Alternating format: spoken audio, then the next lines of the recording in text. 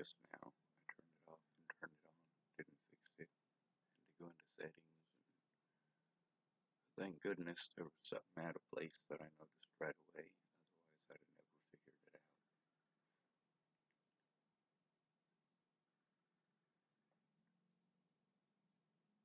To ensure quality service, this call will be recorded. The name of any person making a report of abuse is confidential and is not public information. Please visit www.mwsds.org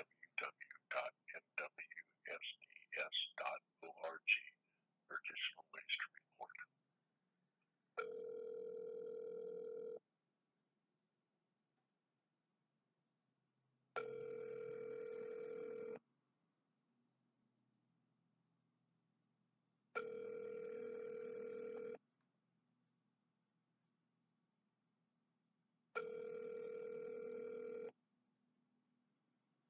You have reached Adult Protective Services of Polk County. If this is an emergency, please hang up and dial 911. If you're calling to report the abuse of a senior or a person with a disability, please hang up and dial 1-800-846-9165.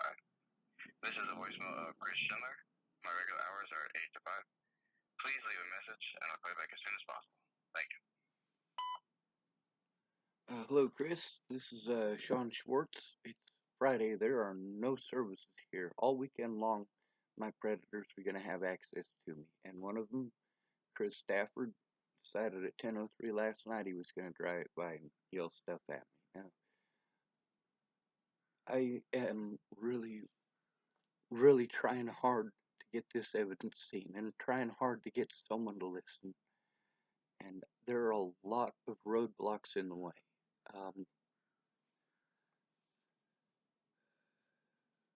I'm trying hard to communicate with you in an effective way, which is difficult doing this phone tag thing. I thought you were going to come and see me yesterday. And it was a no-call, no-show. Like, I'm stuck taking this abuse until someone takes it seriously. Anyway, this is Sean Schwartz. I had to fix my phone and get it working this morning in order to call you back even. And I had to charge it up so that it would actually stay on. So I'm...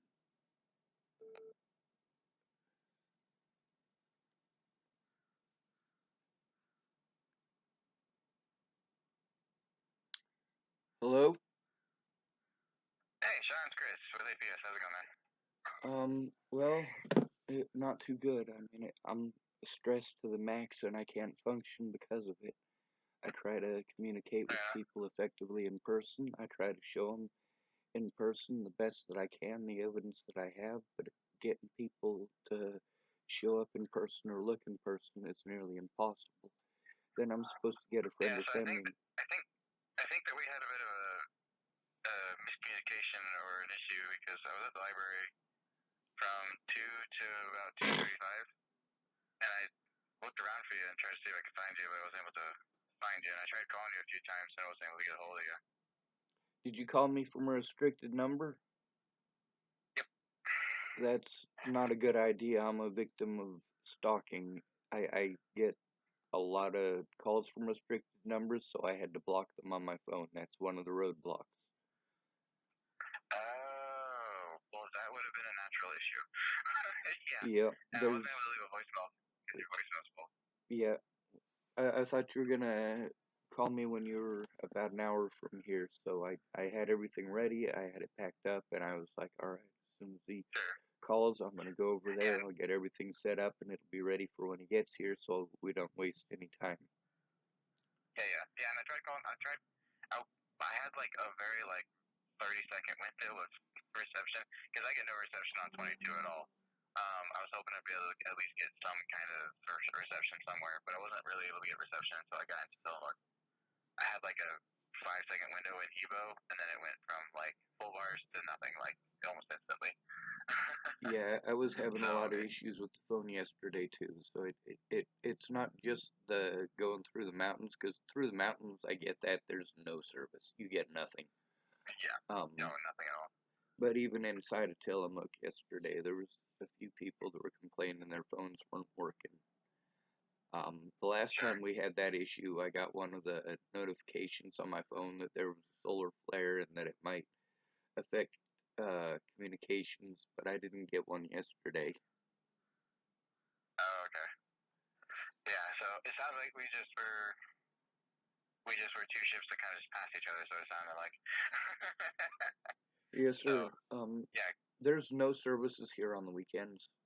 If I have any issues, I can't call 911, and that's the thing with every single place that I'm calling, is that they all say if there's an emergency, call 911. I can't do that. I'll get taken advantage of if I do that. That's one of the things with being blackballed by a community. So John, let's go ahead and do this then. Let's go ahead and do the interview piece on the phone. And then, does your phone have the capability to take pictures and send emails? Yes, it does, but I don't have the ability. That's the thing with showing people in person, is that it takes a lot of time, and I need to find a quiet and safe environment, and that's something that I don't have, and that's one of the things that no adult protective services worker has tried doing yet, is looking at the conditions I'm living in. They don't look at the amount of evidence that I have to go through to even find what it is that they're asking for. They just have this assumption that it's just one incident and it's all easy to pull up. Now, here's the thing with mandated reporters, is that when I let them know that I'm being abused, they don't take it seriously right away, and that results in more abuse, which means that I have to record more. I basically have to record 24 hours a day, and then I have to go through those recordings, and I have to find the ones that in specific are the ones that are being asked for. I have to try to find them before they get buried by more assaults. Like, the situation this month, I had 5 assaults overall against me by people who I know who they are. The assaults by people who I don't know who they are, or it's just one assault, all I can really do about that is complain about it on the internet. Sure. So then let's go ahead and do this. Since I got you on the phone, let's go ahead. Let's do the part where, because it looks like we've got some allegations against Andrew Wolnez and John Stafford are the ones that I have right now. Andrew Wolnez and John Napier and Chris Stafford. Oh, Chris Stafford. Okay. They put that as John Stafford. Yep. I don't know why. There's also David Martinez and Lynn Lothman. And then Lynn Mothman.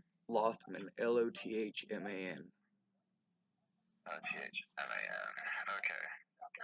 And then are they kind of like a group of people that kind of like gang up, or how does that kind of go? Yeah, well, they all mess with me, and they all do pretty much the same thing. Lynn Lothman and David Martinez are both officers here, and every officer with the police department here has taken part in it. Okay, so hang on 1 minute. So let me see. So David Martinez is a police officer? Yep, so is Lynn Lothman. And Lynn. All right. Yep. So have that down. Okay, so let me, and then see. Trying to go through this. And then you said, what was John's last name? Napier, I believe. Napier. Napier. Okay. Or I-E-R. There we go. Not R-E. Yeah, I try really hard to get people to come see me in person. The few times that I have gotten people to come see me in person, it's either been them talking over me, or they tell me things like it's going to take an act of God to do things that have a legal process.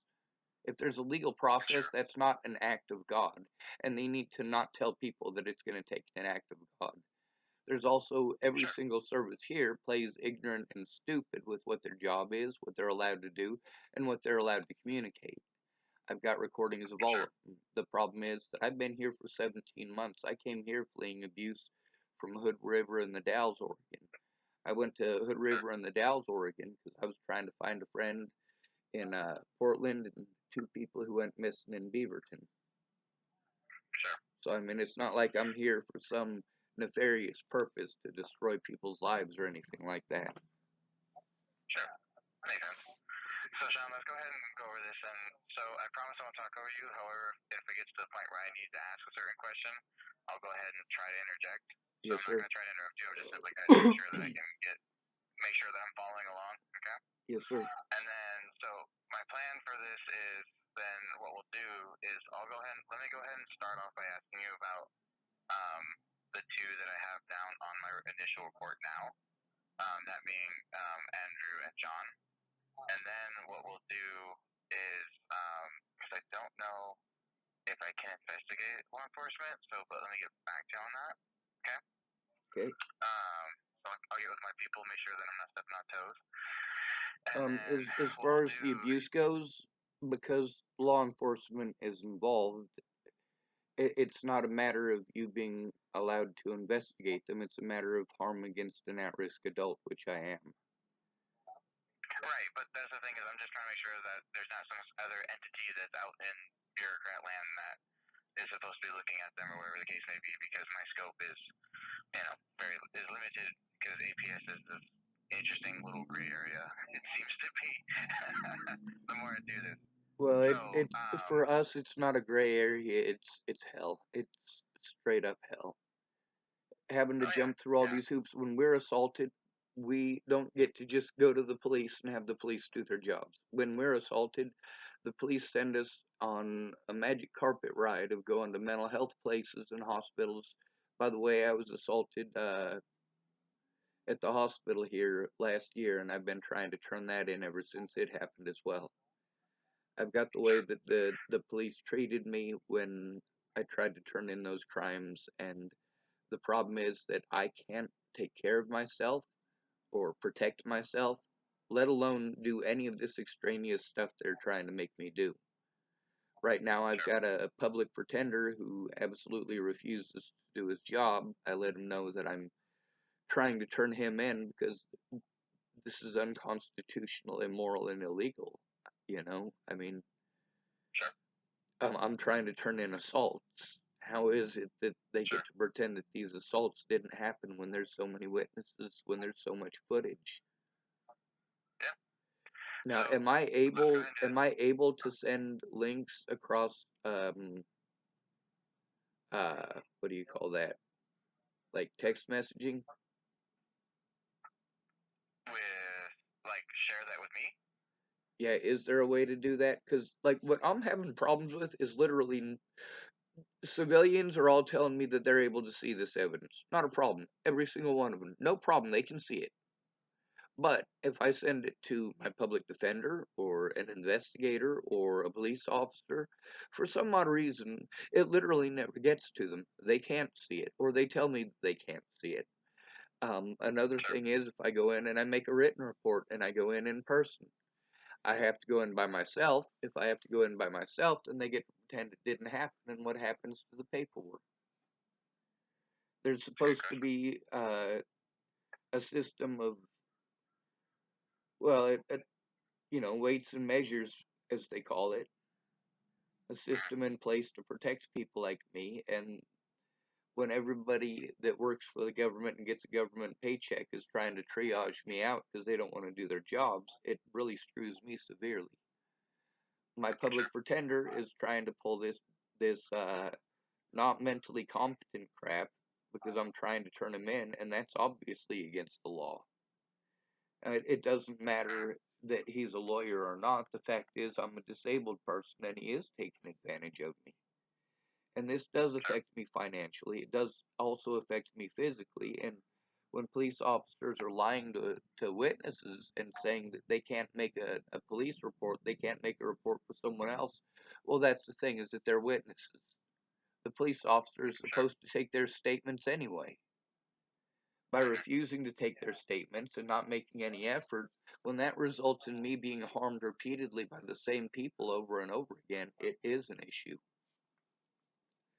Now, John Napier, he assaulted me on Saturday, March 1st of this year at around noon.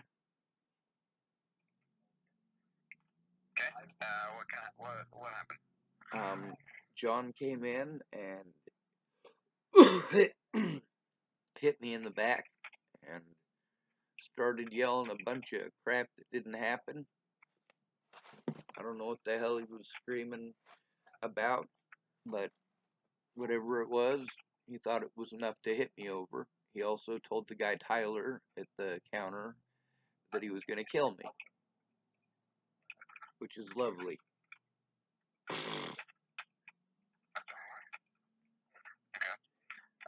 The lady that I spoke with who has the cameras, she said that she can only release it to the police.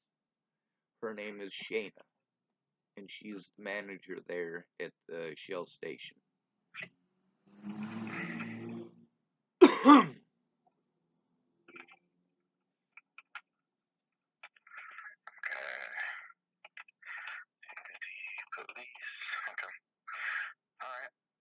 She did leave. I got the audio footage, and she got the video footage. Okay. So you got the audio footage? Yeah. The audio footage. The problem is with my access to effective internet and my inabilities as far as the internet goes, it's difficult for me to find and do any of these things, especially on my phone. A lot of my evidence is on Hence why you probably wanted computers. to meet at the library for your Wi-Fi, huh? Do what? Oh, I said hence probably why you want to meet at the library, because then we get to the free internet. Yeah, although the internet there really sucks. What I usually try to do is get everything done that I possibly can the first of the month, literally right after I get my disability paycheck. And by the way, that's the thing that they're doing here. I got my disability. I was in Nebraska. It's for physical disabilities. When they had me the police had me run around all these different mental health places here and physical health places like Northwest Senior and Disability Center and Tillamook Family Counseling Center, and they literally wouldn't do their jobs. They did not care. When I first went to them, they wouldn't do anything because I wasn't a resident, among many, many, many other excuses. But the thing is, I wasn't a resident of Oregon for a reason. I'm Nebraskan. I never wanted to change my Nebraska ID. I never wanted to go through all the expensive crap of getting everything changed over. And nobody should have to do that in order to get people to stop assaulting. Nobody should have to go through that just to make a police report. So, I mean, this is the police not doing their jobs, and it's not just some sort of civil negligence. This is criminal negligence. I'm literally being physically harmed frequently and often, and have been, and it's ongoing. So, Sean, what did Andrew do? Andrew has assaulted me repeatedly since September 21st of last year. And most recently, he's repeatedly violated the protection order by riding by on his bike and yelling at me, riding much closer than he's supposed to. He laughs at me while he's doing it. There are multiple witnesses, including a woman named, what's Caitlin's name? The names and stuff, that's a part where it would be easier if you were here in person, because the names, most of them are in my phone, and I have to be able to look at my phone to actually tell you them. One lady's name is Caitlin. Another lady's name is um, Valerie Hutchinson. There's also multiple people at the Safeway here.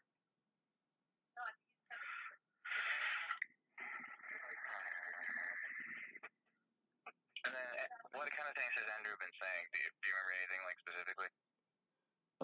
Yes, sir. I also remember specifically that I have video footage of him assaulting me and accusing me of being a child molester and a rapist and a stalker and a murderer.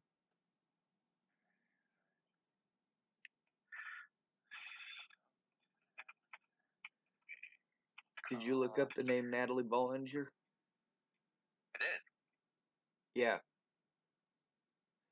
a lot of people, when I start telling them about the abuse that I take over her, they want to automatically assume that because her killer was found, that it means that people are just leaving me alone.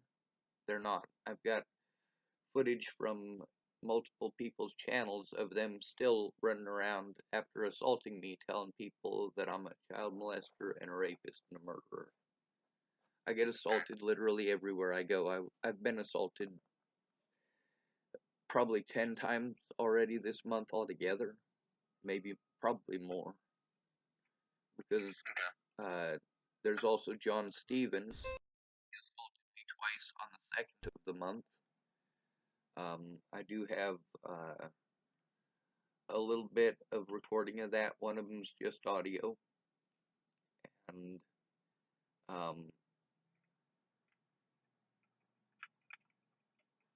he tries to pretend like I tried touching his balls or some crap like that because he's just trying to be a jerk after assaulting me. I'm like, no, you do not get to assault me. Oh, you assaulted me.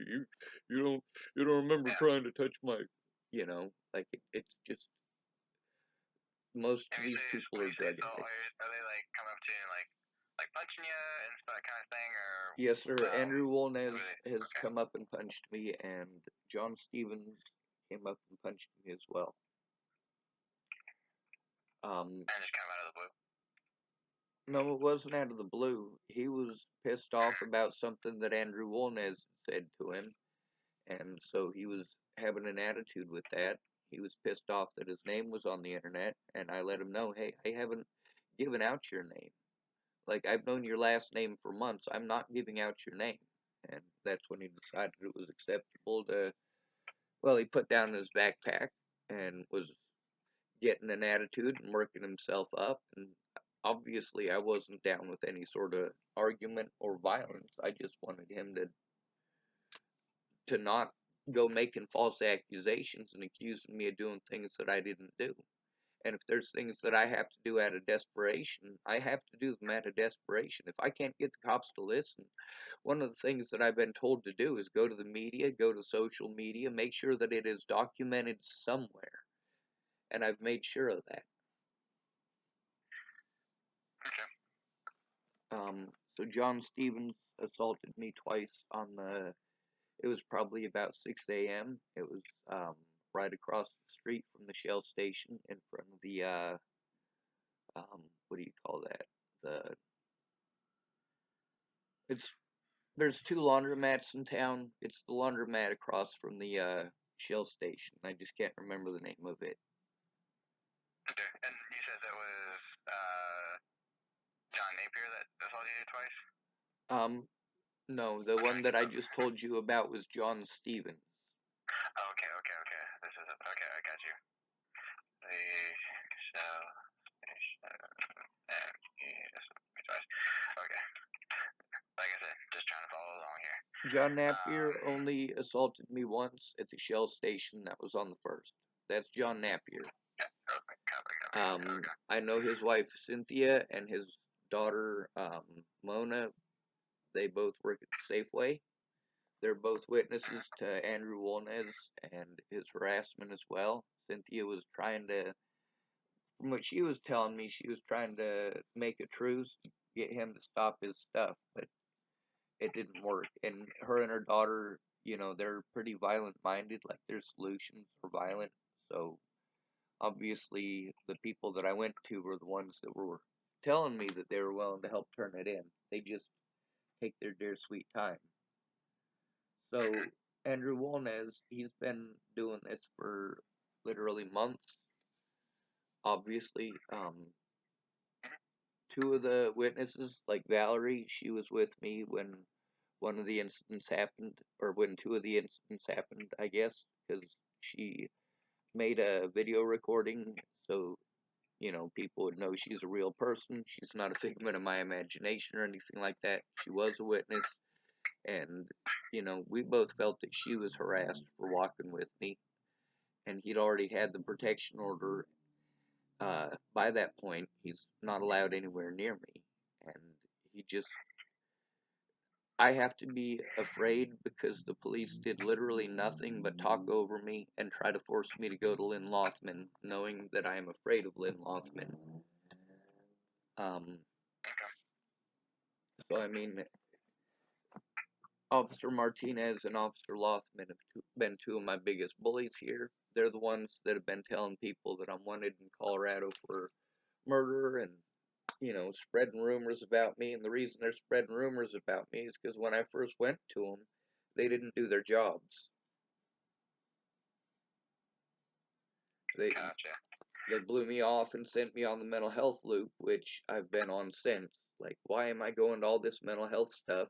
Why am I going to therapy sessions? Why am I going to places for drug rehab? Like, maybe you should have drug addicts do that. And for me, being assaulted, you should do your job about the assault, you know? And these officers just weren't having it. When I was told that I had to turn them in, I turned them in to themselves like I was told to. I tried turning them in to the state troopers, who told me that I had to turn it in to the police officers themselves. They've given me every excuse why they're not allowed to, why they can't. Right now, they've got the excuse of they've got an interim sheriff, and he's not allowed to do anything. Meanwhile, I've already had issues with the interim sheriff. The assaults that I started enduring when I got to town, they still happen. There's also the fact that it's a lot of youngins here, and they're very racist, and you know, if I stand up for myself or stick up for myself, then I get treated like I'm some horrible monster out to hurt some kids, and I'm not. Then kids are a real big point of contention, and by kids I mean like some of these kids are like 30. Okay, I'm 43 years old, so like even a 30-year-old is gonna look real young to me. Yeah. So you know, when I'm when I'm having to deal with that bullying, them screaming the N-word at me and making fun of me for being a homosexual and screaming the N-word even more. And then, of course, there's the anti-Semitic stuff. And, like, I even cut off my Jew curls so that I look less Jewish, hoping that these racist assholes would let up just a little bit. And it doesn't work. Now, Chris Stafford and Andrew Wolnez both cite Natalie Bollinger as one of their excuses for harming me. The reality is they broke the law and they got recorded doing it, and they're not happy about it.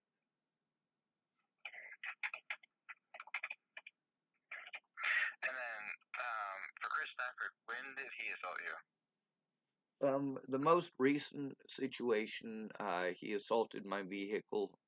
Well, at 10:03 last night, he was driving by the library and he pulled over and yelled that he was going to get me. I was able to get my camera started recording, like literally right after he had done that. But there have been multiple instances where he screams at me and calls me a chimo and a rapist and a stalker and a little girl stalker and a murderer, and I've got maybe 30% of the situations with him recorded. But yeah, the one of the instances, there's a woman named Bryn Weber or Bryn Webster. One or the other, I can't remember. She was a witness to Chris Stafford at the library parking lot throwing rocks at my vehicle and getting out and screaming at me and swinging at me. On the video, you can see him swing at me. You also see me able to move out of the way.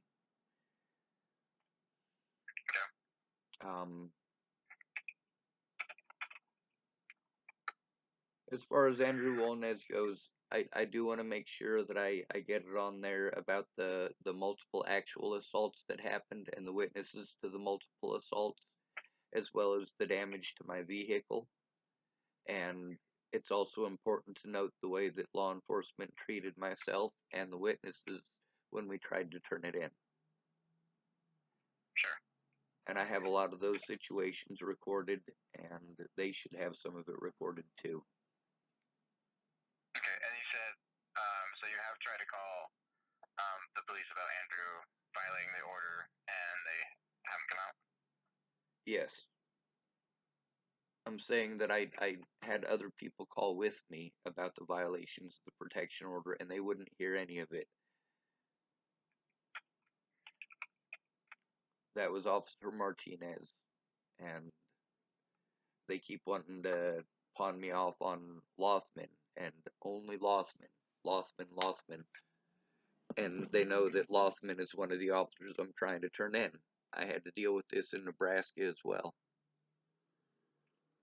I had to turn in the Sheriff Scott DaCosta to Sheriff Scott DaCosta, and I had to turn in Deputy Jared Hahn to Deputy Jared Hahn. I had to turn in Deputy Cody Selhorst to Deputy Cody Selhorst. If you can imagine how well those situations went. Meanwhile, it's actually a felony for me to have to turn them into themselves. It's conflict of interest.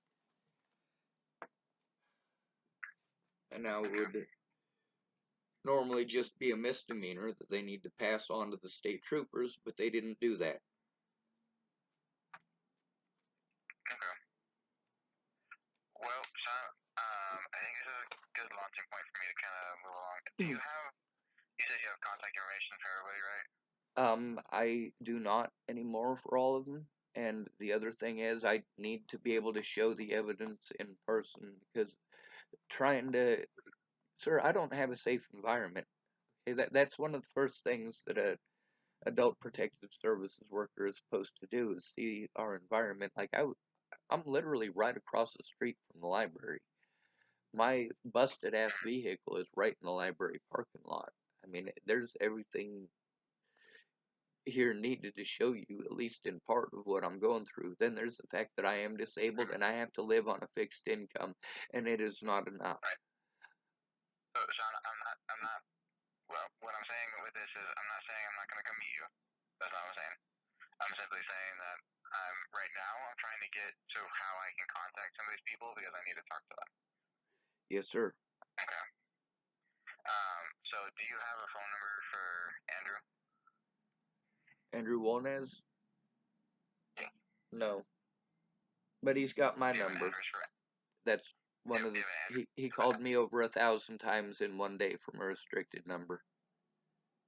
Oh, okay. That's yesterday's confusion. He's also working to get, hold on a second, he's also, because of the popularity of Natalie Bollinger's death, there are literally groups of people who expend as much time and energy as they can in trying to cut me off from resources, complaining at the local community online, calling up the police and harassing them, calling up the Safeway and the library and complaining, and those people have been working together with Andrew Wolnez. I do have evidence of that. I do have it printed out. I would like to be able to show it to somebody in person, preferably today, before law enforcement or any of these predators is allowed to retaliate further. Right. So I won't be able to make it out there today, unfortunately, but we will schedule a time, okay? Sir, I've got a lot of stuff. I've got a lot of stuff that they're eating up my time with and trying to paint me as quote unquote mentally ill right now. Like, I'm literally having to jump through a lot of different hoops because Adult Protective Services here in Tillamook isn't investigating and isn't trying. There's also the situation with Malachi, I believe his name, not Malachi, Micah.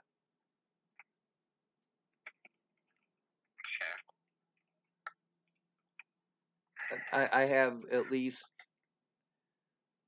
half a dozen people in town whose names that I know who have assaulted me, who I have to fear assaulting me again.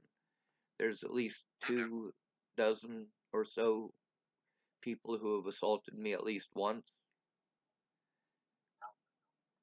Andrew Wolnez has been bragging about how none of the stuff that he says has to be true. He's just messing with my head and psychological warfare and stuff. But there's also the videos of him assaulting me and kicking my vehicle.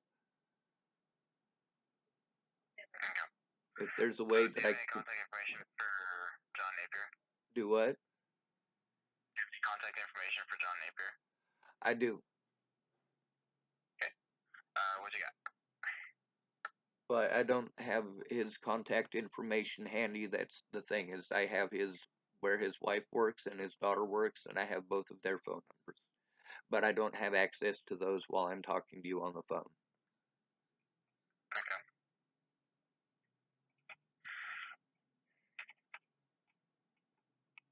Okay. And then John Stevens, do you have anything for him?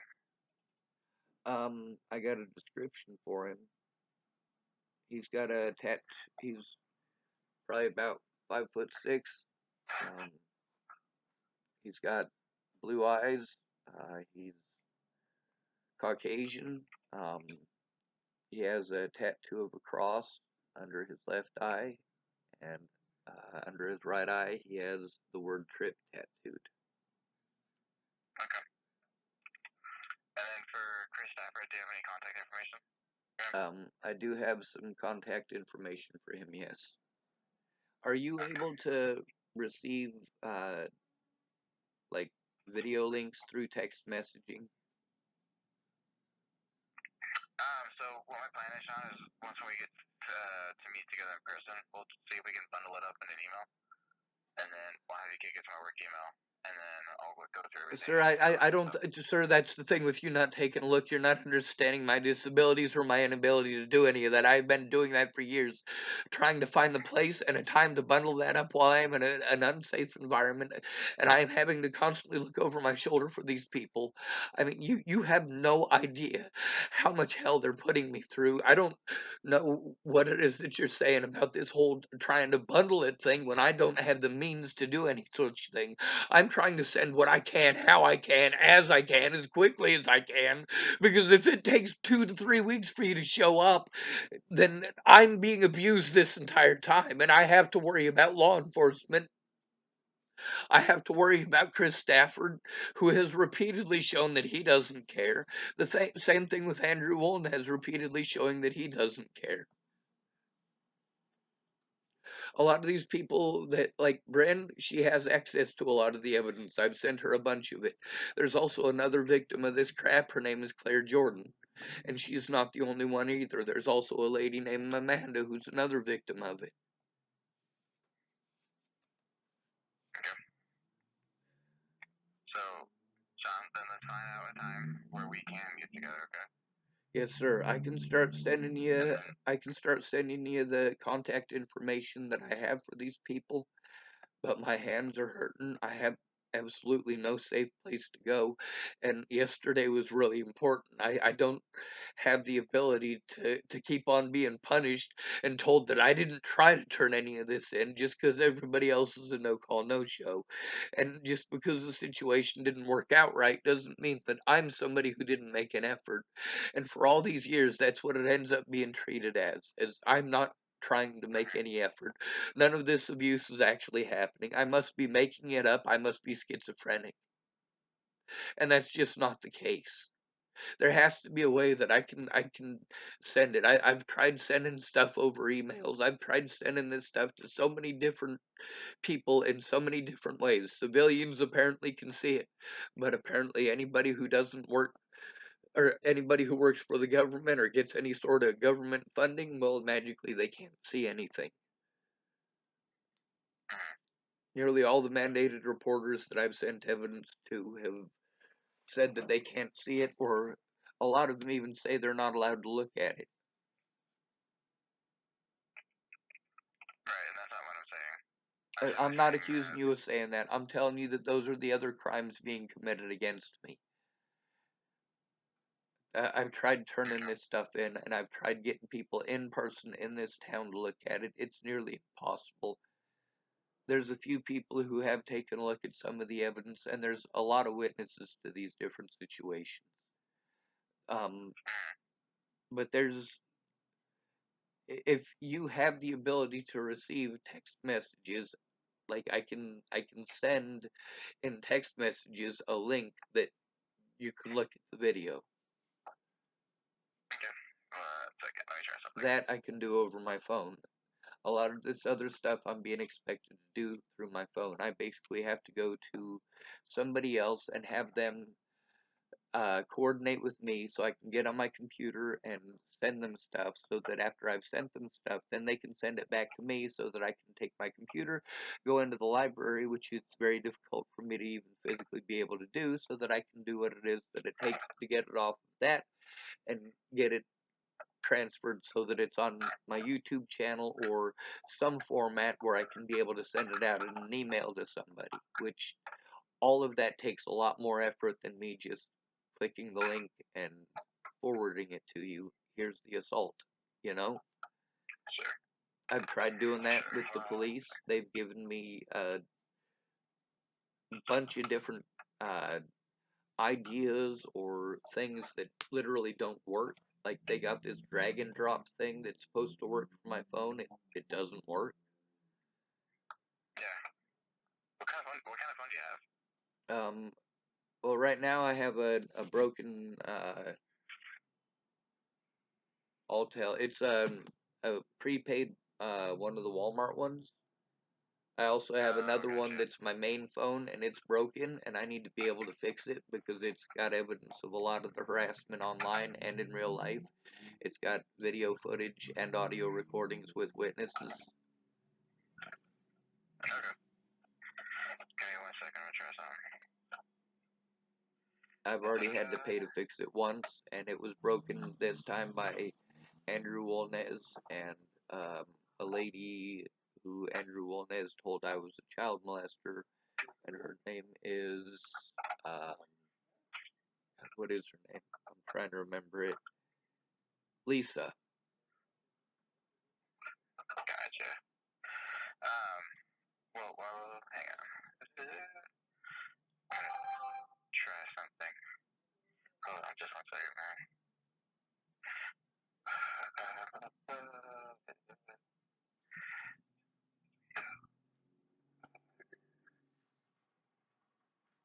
Okay, let's try this. See if it works. Did it work? Did it work? Oh, looks like it works. Okay. So I'll go ahead and have you send it to my handy dandy phone. So, you ready for the number? Can you text it to me? Sure, let me go ahead and set it up. Okay. Oops, That's all right. hang on. My work phone is like ancient, so I have to relearn a few things. Yeah, one of the things they keep trying to do with me is just telling me to get a new phone. Like that magically fixes it. That doesn't fix it when you got somebody in town assaulting you. Like Andrew Wolnez, there's 9 different assaults altogether from him just against me. Plus there's the damage against my vehicle, and then there's the other vandalism by those youth. I have no... 3 of my windows on my vehicle have been busted out. That is not good. No, it's not. Plus, I'm living on a fixed income, and the cost of being falsely accused and the cost of having to move around from place to place is eating me alive. Plus, there's a situation with my public pretender right now, literally not doing his job.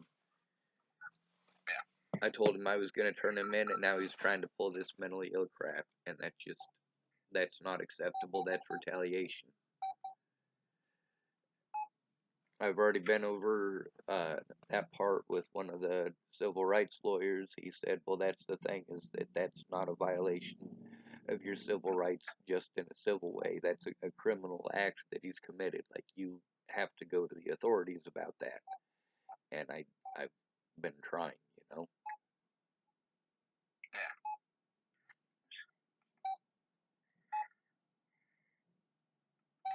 Here, Sean, I will send you a text with my work phone. I'm not gonna lie, I gotta figure this thing out. So I will go send you a text. You can send me a text. You can send me the links on that one, okay? Once I get that figured out. Yes, sir. It's a pain. Yes, sir. And I know the word you were going to use, and you did a great job of maintaining a professional face. Yes, sir. As a question, by the way, have you ever thought about, because I found this place out, it's a neat little shelter that's in the Tillamook area. Have you ever heard of Helping Hands? Yeah. Yeah, I was out at Helping Hands. It's abusive.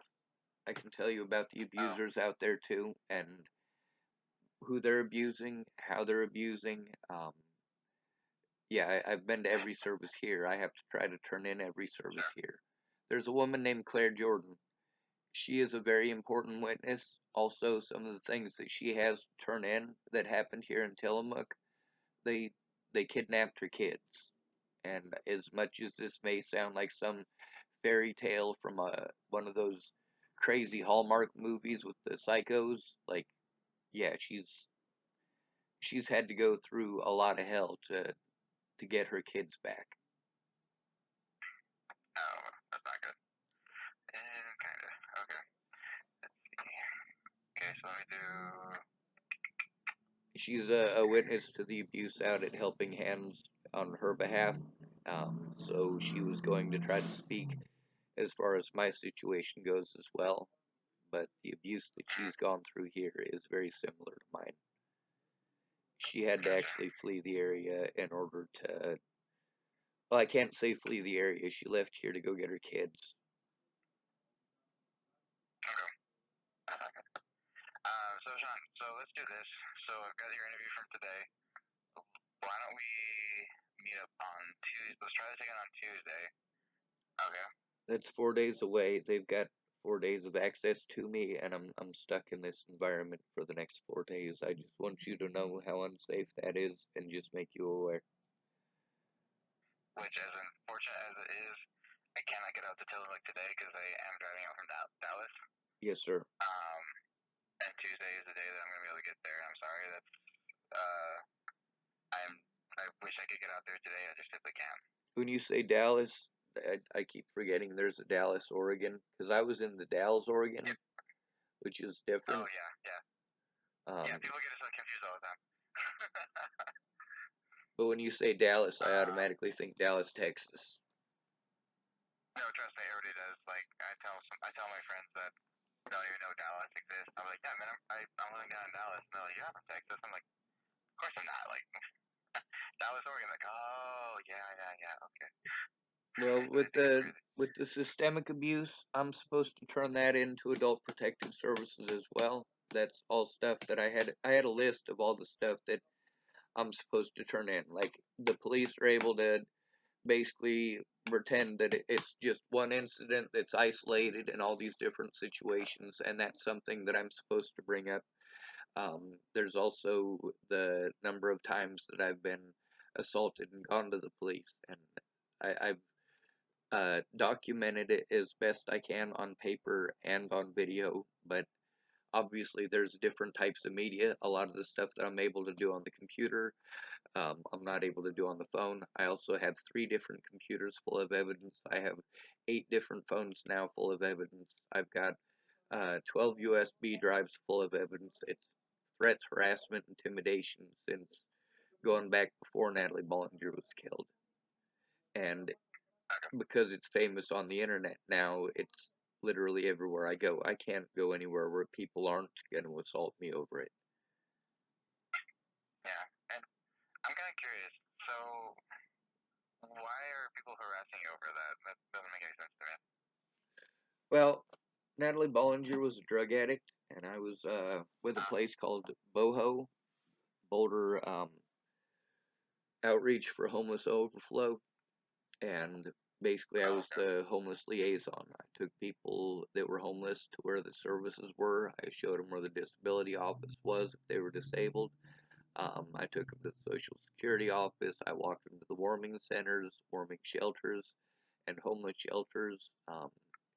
If they weren't able to get into one of those because of, drug addiction or alcoholism, then I would show them a place where they could reasonably sleep without necessarily getting bugged by the police. Whereas a lot of times they would just pass out in the open. I also passed out blankets to them, things like that. Oh, okay, gotcha. And then through that, you ran into her, and before everything happened and whatnot? Well, through that, her and her sister were selling drugs for their dad. I didn't know her, and it wasn't through Boho that they were doing that. Sure. But I was homeless at the time myself, and I had a job. And the outreach, that was volunteer work. So Natalie and her sister were selling drugs to homeless people for their dad when they were 13. And then one night I caught them with a couple of grown ass men when they were like 13, 14 years old, and told them that they needed to go home and not come back. Well, they came back when they were adults. They wanted to be friends with me, and um, they both seen me, and we hadn't seen each other in like 4 years. So they gave me their Facebook whatevers and told me to hit them up, and I sent a message to Natalie, and I sent one to her sister Alicia, and then I forgot about them. 8 months later, Natalie Bollinger got a hold of me and was glad to see it, and started telling me how she thought she was in love with me and all sorts of stuff like that, how she was going to kill herself, thinking of me was the reason she didn't, and, basically it was a young woman who was strung out on heroin and having a hard time. Now, when she was going to kill herself, like, she went to Virginia because she was literally the only friend I had. Her and a girl named Maddie Bowe were like the only people that talked to me after I hurt my back. So, I mean, I went from having friends to, all right, I have no money, I have no income, I don't have the ability to work, and if I need a blanket, ain't nobody gonna bring me one. I'm screwed. So, because I was injured and couldn't protect myself, homeless people started taking advantage of me and stealing from me. And that's when Natalie came into my life and actually in person came and met me, actually helped me in person to get my backpack off my back because it was too heavy for me to carry with back injuries.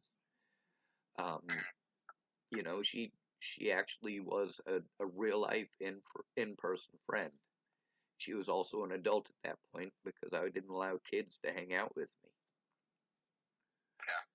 That's one of the things about being homeless. If people see a kid talking to you, they're like, oh, he's a creeper, he's a chimo, just because he's talking to somebody. Like, yeah, well, I don't want to talk to them. They're coming up and talking to me. Tell them to leave me alone instead of judging me, Natalie was short.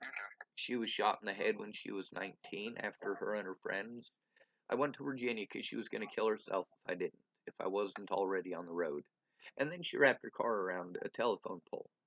Now, I went to Virginia, and I've got witnesses who have read all of the conversations between me and Natalie, like Mandy Singer, and I'll send you a link with Mandy Singer where you can listen to her whole situation with that too. She read every message between Natalie and I.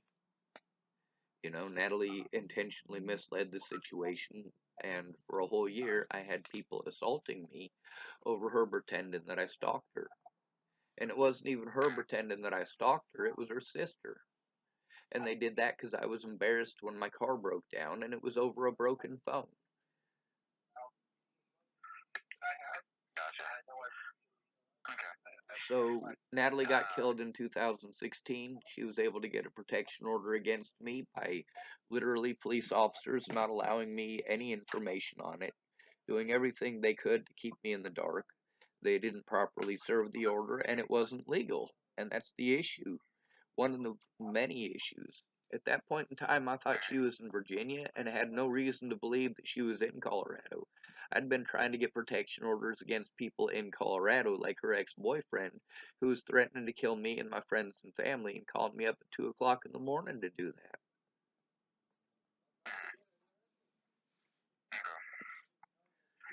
Anyway, she got shot in the head about 2 weeks later, and that entire time I'd gone to all the people who claimed to be my friends and family. Every single one of them that would pretend like they were going to listen and pretend like they were going to help, I tried to tell them.